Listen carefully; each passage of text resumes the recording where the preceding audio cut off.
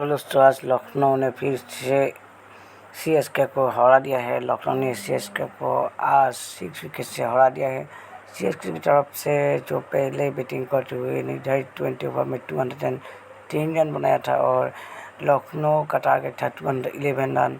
लखनऊ की Marcus Stoinis ने बहुत ही कमाल का बैटिंग करते हुए 63 गेंद पे 124 नाबाद पारी खेल के लखनऊ को जीता दिया है। इससे पहले चेन्नई की तरफ से कैप्टन ऋतुराज गायकवाड़ ने हाईएस्ट 108 रन बनाए 60 गेंदों पे और 210 रनों का विशाल पारी का टारगेट दिया था लखनऊ को, लेकिन लखनऊ ने ये मैच जीत लिया है और चेन्नई अब नंबर 4 से बाहर हो गया है।